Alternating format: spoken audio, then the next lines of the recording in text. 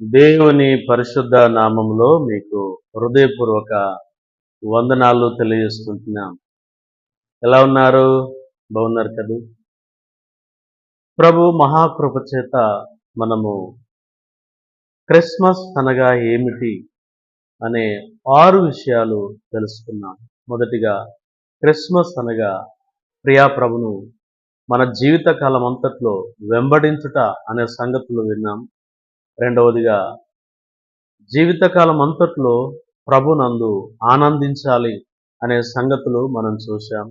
మూడవదిగా వారు ఇంటిలోనికి వచ్చేది అనగా ప్రభుతో ఫెలోషిప్ సహవాసం కలిగి ఉండాలి అనే సంగతి మనం చూశాం. నాలుగవదిగా సాగీలపడుట విధేయత వినయం గురించి మనం తెలుసుకున్నాం. ఐదవదిగా ప్రభును వారు పూజించిరి అనగా ఆరాధించిరి అనే సంగతులు మనం చూశాం. ఆరోదిగా తమ పెట్టెలను విప్పిరి అనగా హృదయం అనే తలుపును ప్రభు తడుతున్నప్పుడు హృదయాన్ని తెరిచి ఉంచాలి అనే సంగతులు మనం చూశాం. ఏడవదిగా ఇప్పుడు మనం చూసినట్లయితే చదువుకుందాం. మరి మత్తయి సువార్త 2వ అధ్యాయము 10-11. వారు అనగా తూర్పు దేశ జ్ఞానులు వారు ఆ నక్షత్రమును చూచి అత్యానంద భరితులై ఇంటిలోనికి వచ్చి తల్లి అయిన మరియను ఆ శిశువును చూచి సాగిలపడి ఆయనను పూజించి తమ పెట్టెలను విప్పి బంగారమును సాంబ్రాణి బోలమును ఆయనకు కానుకలుగా సమర్పించినట్లు ఇక్కడ మనం చూస్తున్నాం. కనుక 6 విషయాలు మనం విన్నాం. ఏడవది సమర్పణ. నిజమైన క్రిస్మస్ ఏంటంటే సమర్పణ.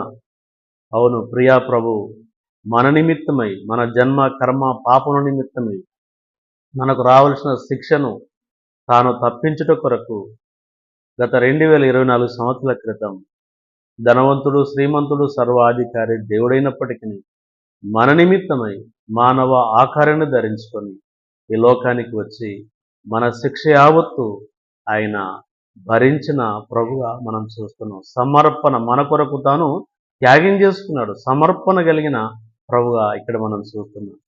అయితే తూర్పు దేశ జ్ఞానులు అదిగో ఆయనకు బంగారమును సాంబ్రాణి బోలమును కానుకలుగా సమర్పించారు. అవును, ప్రభు నీకు నాకు ఇస్తున్న దాంట్లో కూడా ప్రియా ప్రభుకు మనం కానుకలు సమర్పించే వారంగా ఉండాలని ఆ లేఖన భాగంలో మనం చూస్తున్నాం. తగిన దానికన్నా తక్కువ ఇచ్చేవాడు లేమికి వచ్చేవాడు కలడని సామెతలు 11:24లో మనం చూస్తున్నాం. కాబట్టి ప్రభు ఎంతైతే మనకి ఇస్తున్నాడో అంత ప్రియా ప్రభుకు ఆయన పని కొరకు మనం సహకరించడం ద్వారా దేవుడి చింక మెండైన దీవెనలు, ఆశీర్వాదాలను మనం పొందుకుంటాం. కనుక ఇక్కడ వారు సమర్పించారు. ఆ యొక్క బంగారం మరి ఆయన యొక్క రాజరికానికి సాదృశ్యంగా మనం చూసుకుంటున్నాం.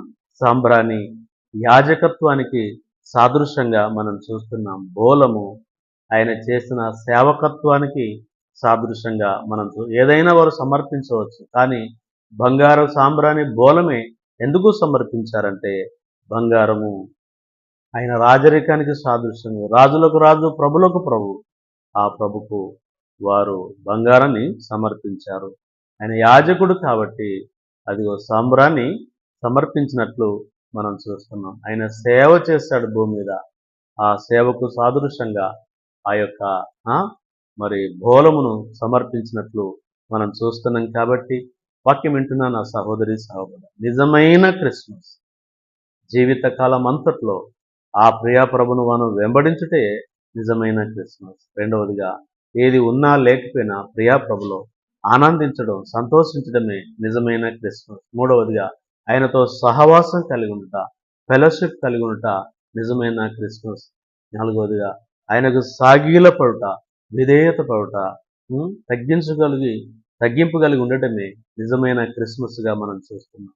ఐదవదిగా ప్రియా ప్రభును ఆరాధించుట, పూజించుట అనే సంగతులు మనం చూస్తున్నాం. అలాగనే మరి ఆరవదిగా మనం చూసినట్లయితే వారు తమ పెట్టెలు విప్పి అనగా తన హృదయం పెట్టెను విప్పి, ఏడవదిగా వారు కానుకలు ప్రభుకు సమర్పించారు. అది నిజమైన క్రిస్మస్. మనం కూడా ఆ రీతిగా చేద్దాం. తూర్పు దేశ జ్ఞానులు చేసినట్లు మనం ప్రభును వెంబడిద్దాం, ఆనందం కలిగి ఉందాం, సహవాసం కలిగి ఉందాం, విధేయత కలిగి ఉందాం, ప్రభును పూజిద్దాం, ఉరదమైన తలుపును తెరుద్దాం. మనకు ప్రభు ఇచ్చిన దాంట్లో ప్రియ ప్రభుకు సమర్పణ ఇద్దాం. తిరిగి ఆయన ఇచ్చే మెండైన బ్లెస్సింగ్ను పొందుకుందాం.